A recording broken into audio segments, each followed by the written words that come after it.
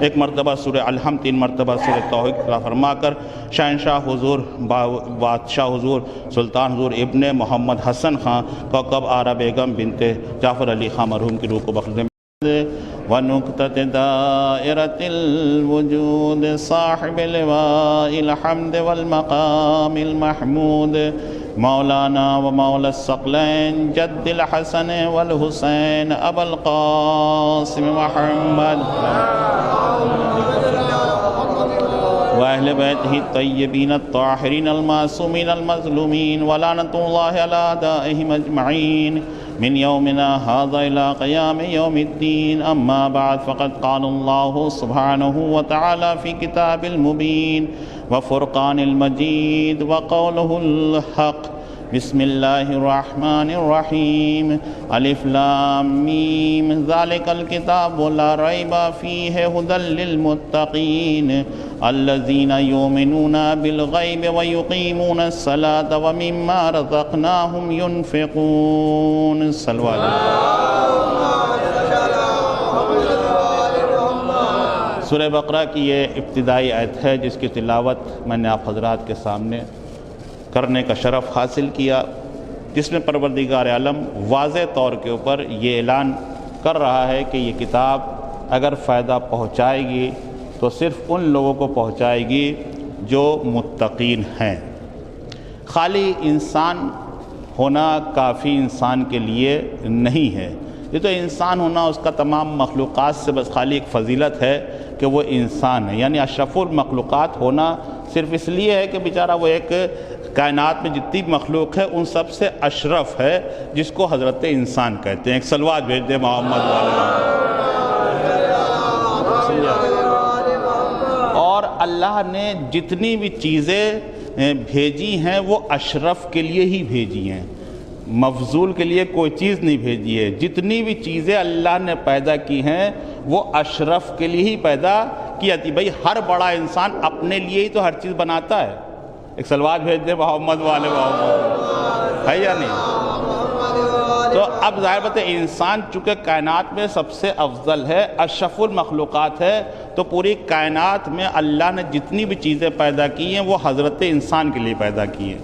وہ موضوع ایک الگ ہے، لیکن میں جو بعنوان ظاہری گفتگو کرنا چاہتا ہوں، دنیا کی کوئی بھی چیز ہے اللہ نے ہر چیز کی معراج رکھی ہے۔ رسول کی معراج کعبہ قوسین تک رکھی ہے یا نہیں؟ اور اب اس نے عام بندوں کے لیے جو اس کے مومن بندے ہیں ان کے لیے بھی الصلاۃ و معراج المومنین رکھی ہے۔ مومنین کے لیے نماز اس کی معراج ہے کہ سجدہ کر لیا اس نے، یہی اس کی معراج ہے۔ ایک صلوات بھیج دے محمد والے محمد۔ یعنی انسان کی معراج یہ ہے کہ وہ حقیقی اللہ کا بندہ بن جائے، تو اس کی معراج سب سے بڑی یہی ہے۔ لیکن اس کے بعد تمام مخلوق کی معراج کیا ہے؟ اس کی معراج یہ ہے کہ وہ انسان کے لیے کام آ جائے۔ اب بکرا اگر باہر ٹہل نہ ہو تو کیا فائدہ ہے؟ اب بتائیے، اس کی زندگی کی معراج یہی ہے کہ وہ ہمارے لیے پلیٹ میں سج کے آ جائے، تبھی تو اس کی زندگی کا مقصد پورا ہوگا۔ ایک صلوات بھیج دے محمد والے محمد کو۔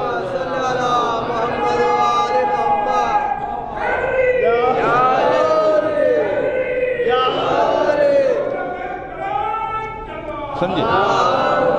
یعنی اس نے اپنی زندگی کو کسی کے لیے ہدف بنا لی، کسی کے لیے اس نے اپنے آپ کو پیش کر دیا، تو یہی اس کی معراج ہے۔ مرغہ باہر ٹہل رہا ہو کیا فائدہ اس کا؟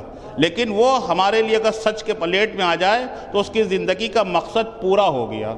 پھول ہے، پھول اگر باغ میں کھل رہا ہے کیا فائدہ اس کا؟ بھائی ٹھیک ہے، لیکن اگر وہی پھول ہار بن کے کسی گلے میں آ جائے تو یہ اس کی معراج ہے کہ کم سے کم کسی کے لیے گلے کا ہار بن گیا، اور جس کے لیے ہار بن گیا وہ کمال کی منزل پہ پہنچ گیا، کیونکہ کمال کے لیے ہی گلے میں ہار ڈالا جاتا ہے، مفضول کے لیے نہیں۔ ایک صلوات بھیج دے محمد والے محمد،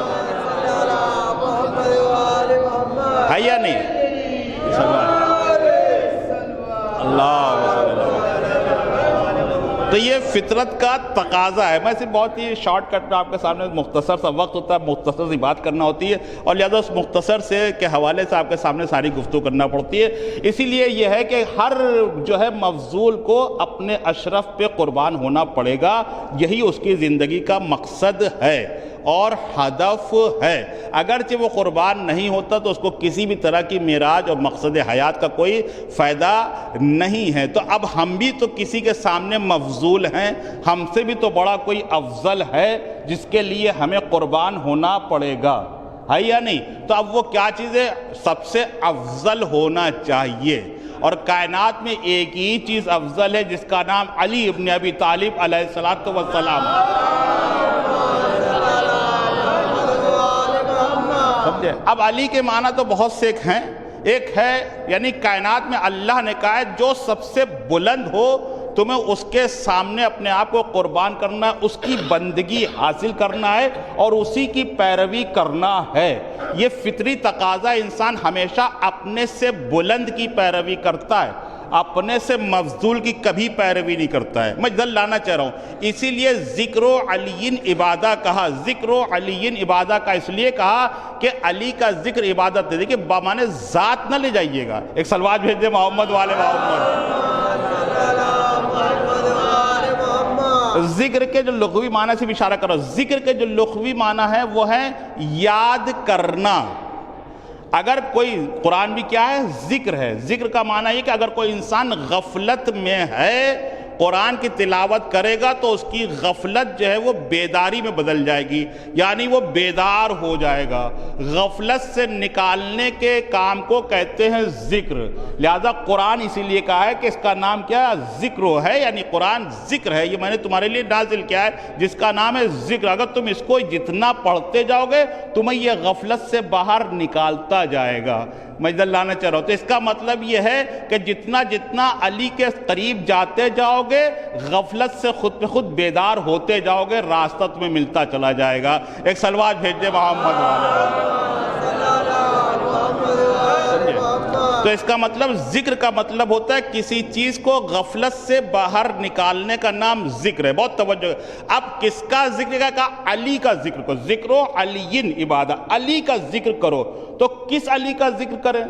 علی کے معنی کیا ہے؟ کہ علی کے معنی ہے علو، یعنی جو سب سے بلند ہو اس کو کہتے علو، اور اسی علو کے مادے سے بنا ہے علی۔ بہت توجہ کے ساتھ میں، یعنی جو سب سے افضل ہو اس کی عبادت کرو تاکہ وہ تم کو غفلت سے نکالے اور سیدھے راستے پہ لائے، اور یہی تمہارے لیے بہترین سیدھا راستہ ہے اور یہی عبادت کا ذریعہ بنے گا۔ بہت توجہ، لغت کے اعتبار تھوڑا گفتگو کرنا چاہتا ہوں، وہ ذات کے جو آپ کے ذہن میں میں سمجھ رہا ہوں کیا ہے۔ ایک سلوات بھیج دے محمد والے محمد پہ۔ صرف ایک لفظ علی پہ میں گفتگو کرنا، یعنی کہ یہ علی وہ ذکر کا نام ہے جو تمہیں غفلت سے نکالے گا، یعنی علو بمانے اس چیز کو کہتے ہیں جو سب سے بلند ہو۔ تو اب کائنات میں اگر سب سے بلند کوئی شے ہے، شے بھی نہیں، اگر کوئی چیز ہے، اگر کوئی ہے تو وہ صرف خالق مطلق ہے۔ بہت توجہ کے ساتھ میں، وہ خالق مطلق ہے۔ ان اللہ کان علی کبیرہ، اللہ خود کہہ رہا میں کون ہوں؟ ان اللہ، بے شک اللہ علی ہے۔ میں کچھ کہہ رہا ہوں، ایک سلوات بھیج دے محمد والے محمد۔ ان اللہ کانا، سورہ نساء کی آیت ہے، ان اللہ کانا علی کبیرہ، بے شک اللہ علی ہے اور کبیر ہے، یعنی وہ بلند مرتبہ رکھتا ہے جو علی ہے، یعنی صفت الہی اگر کوئی چیز بنتی ہے تو اس کا نام علی ہوتا ہے۔ میں کچھ کہہ رہا ہوں، ایک سلوات بھیج دے محمد والے محمد۔ یعنی اگر کسی کی عبادت کی جائے گی تو اس میں علی کی صفت پائی جانا چاہیے، کیونکہ اللہ خود کہہ رہا بے شک اللہ علی ہے اور بلند ہے۔ ان اللہ کان علی کبیرہ، تو جو سب سے بلند ہو اسے علی کہتے ہیں۔ میں نے کہا اچھا گھروں میں سب سے گھر کون سا بلند ہے؟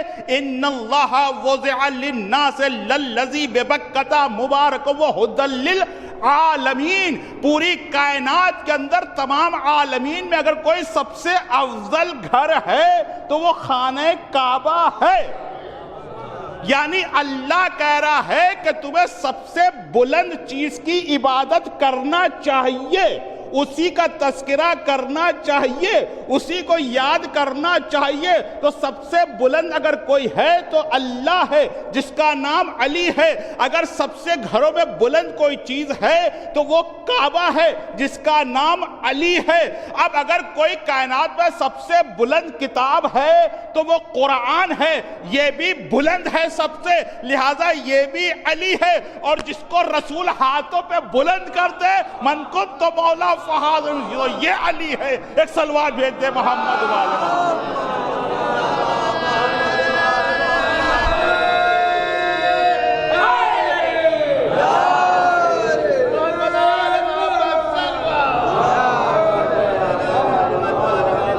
بہت ہی مختصر سا، بہت ہی شارٹ کٹ میں آپ کے سامنے بات پیش کرنا تھی۔ یعنی کائنات میں اگر تمہیں کسی کی عبادت کرنا ہے تو وہ علی ہونا چاہیے، یعنی علی ہونا چاہیے۔ اگر پیروی کرنا ہے تو وہ علی ہونا چاہیے، اگر اتباع کرنا ہے تو وہ علی ہونا چاہیے، اگر کسی کا حکم ماننا ہے تو اس میں الوہیت پائی جانا چاہیے، وہ علی ہونا چاہیے۔ اگر کوئی کتاب تمہارے سامنے ہدایت کی ہوئے تو وہ علی ہونا چاہیے، اور جو رسول کے ہاتھوں پر ہے اس کو بھی علی ہونا چاہیے۔ تو ایک لفظ علی ہے، اگر اسی کو انسان اختیار کر لے تو دنیا میں بھی نجات مل جائے گی اور آخرت میں بھی نجات مل جائے گی۔ ایک صلوات بھیج دے محمد والے محمد۔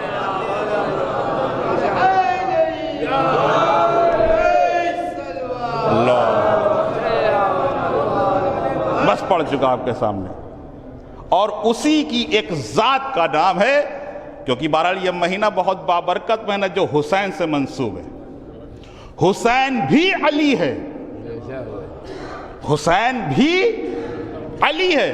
یہ کیسے آپ نے کہہ دیا؟ بالکل، کائنات میں جو سب سے افضل ہو اسے علی کہتے۔ علو کے معنی بمانے صفت میں لا رہا ہوں آپ کے سامنے، ذات چل رہی ہے بالکل ایک دم۔ امام حسین علیہ السلام، ایک صلوات بھیج دے محمد والے محمد۔ صرف اشارہ کر رہا ہوں، کائنات کی ایک ایسی مخلوق ہے، ابھی مخلوق تو نہیں، بہرحال خالق نے پیدا کیا ہے، کائنات کی ایک ایسی مخلوق ہے جس کا نام حسین ہے، جو غیر طبیعی ہے، سسٹم سے الگ ہٹ کے۔ کہا کیوں؟ اس لیے کہ سسٹم یہ ہے پوری کائنات کا، بچہ 9 مہینے پیدا ہوتا ہے، ہوتا نہیں ہوتا ہے۔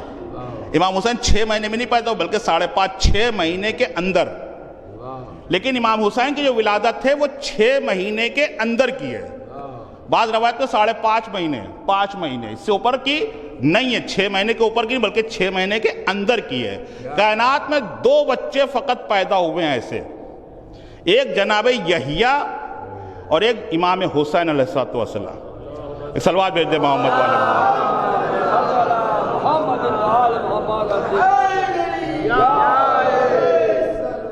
اس کا مطلب تمام بچوں میں سب سے افضل اگر کوئی بچہ پیدا ہوا ہے کائنات میں تو وہ حسین ہے، تو یہ بھی علی ہو گیا ہے یا نہیں؟ اچھا، تمام بچے اپنی ماں کا دودھ پی کے پلتے بڑھتے ہیں، اور جب دودھ پیتے ہیں ماں کا تبھی ان کے اندر رشد پائی جاتی ہے، یعنی ہڈیاں بنتی ہیں، کیلشیم ہوتا ہے نا دودھ کے اندر، اس کے اندر ہڈیاں بنتی ہیں، اور ہڈیاں کیا کرتی ہیں؟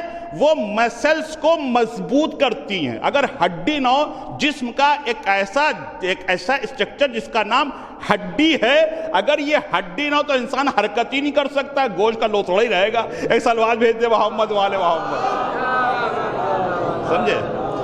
یعنی پارٹ آف باڈی جو ہے وہ سب سے مہم چیز ہڈی ہوتی ہے، جو ہڈی ساری نسوں کو، مسلز کو، سب کو کنٹرول کیے رہتی ہے اور اپنے میں چپکائے رہتی ہے، اس لیے ہڈی کا ہونا بہت ضروری، اگر نہ ہو تو پھر سمجھ لیجیے انسان کچھ کر نہیں سکتا ہے۔ لہٰذا اگر ہڈی بنتی ہے، گوشت بنتا ہے، نسیں تیار ہوتی ہیں، خون بنتا ہے، تو ماں کے دودھ سے بچے کی بنتا ہے۔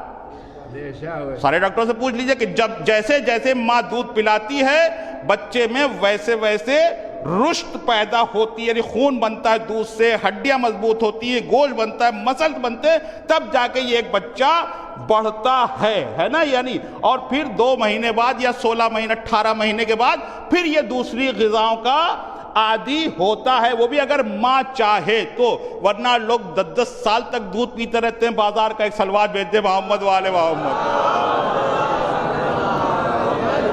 میں صرف خلقت کے، اور امام حسین کی خلقت تمام کائنات میں سب سے الگ ہے، لہذا جس وقت ولادت ہوئی تو امام حسین نے آنکھ نہیں کھولی، نمبر 1، نمبر 2، امام حسین نے جناب فاطمہ زہرا سلام اللہ علیہا کا دودھ نہیں پیا۔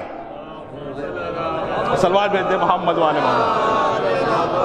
معصومہ تھی لیکن دودھ نہیں پیا کیونکہ خشک ہو چکا۔ تاریخ اٹھا کے دیکھیے، پھر رسول صلی اللہ علیہ وآلہ وسلم آئے اور کہا کہ اس بچے کو میری آغوش میں دو۔ امام حسین کو اپنی آغوش میں لیا، پھر تمام ملائکہ، آسمان کی تمام مخلوق امام حسین کے لیے آ گئی اور رسول کو مبارکباد دینے لگی۔ وہ سب آپ سنتے رہتے، میں جدھر لانا چاہتا ہوں مین پوائنٹ کے اوپر، کہ ایک مرتبہ رسول نے بچے کو اپنی آغوش میں دیکھا اور دیکھنے بعد فاطمہ نے کہا کہ یہ بچہ میرا دودھ خشک ہو گیا، کہا یہ کسی کا دودھ نہیں پیے گا، اللہ نے اس کو میرے لیے بھیجا ہے، میرے دین کے لیے بھیجا ہے، رسالت کی حفاظت کے لیے بھیجا ہے، یہ عام نہیں ہے، یہ کائنات میں سب سے افضل بچہ یعنی علو ہے، یہی علی ہے، یہی ہدایت کا ذریعہ بنے گا۔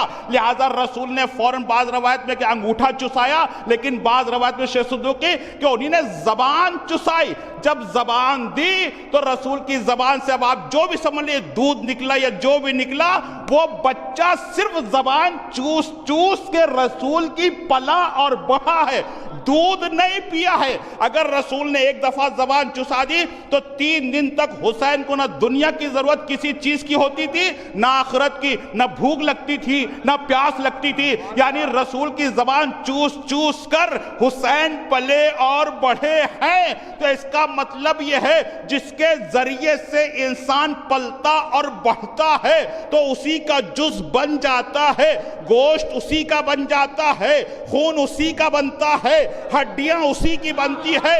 اسی لیے حسین کے لیے رسول نے کہا کہ حسین و منی وانا من الحسین۔ ایک سلوات بھیج دے محمد والے۔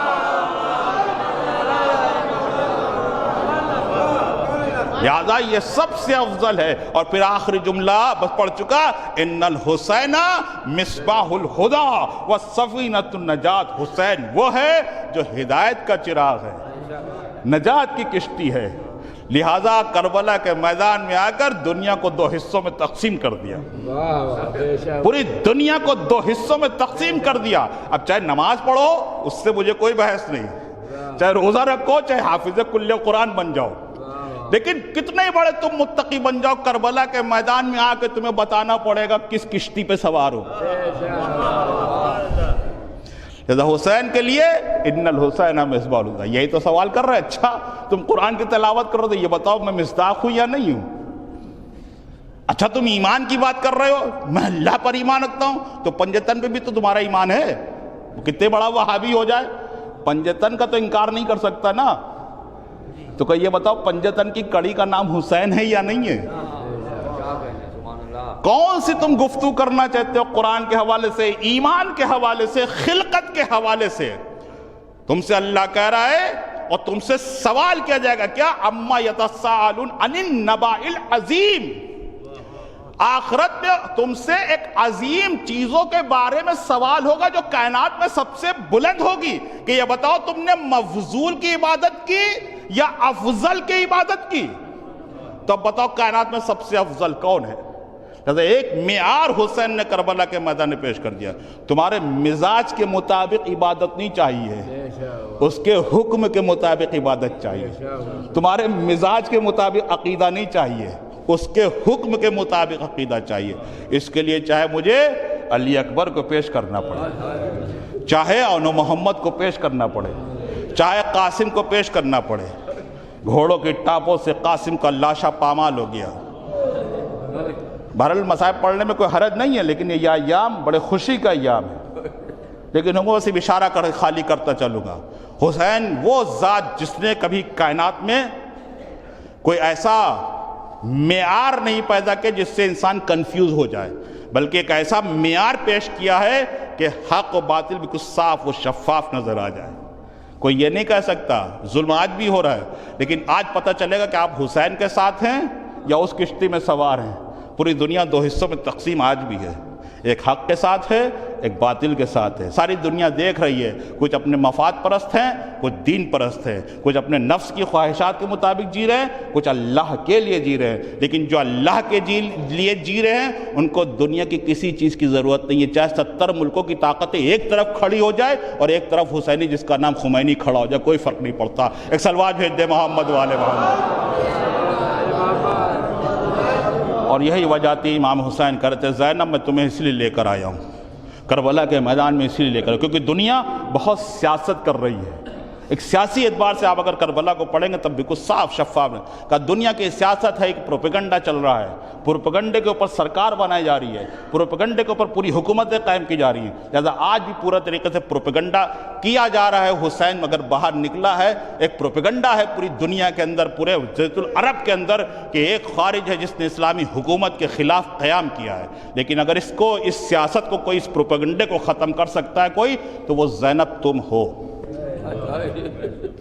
میں تو کربلا تک لے آیا، میری مصیبتیں ختم، لیکن پروپیگنڈا تو باقی ہے نا، پروپیگنڈا تو ویسے ہی چل رہا ہے نا، لوگ پروپیگنڈے کا شکار ہوتے ہیں اور آج بھی ویسے ہی شکار ہیں۔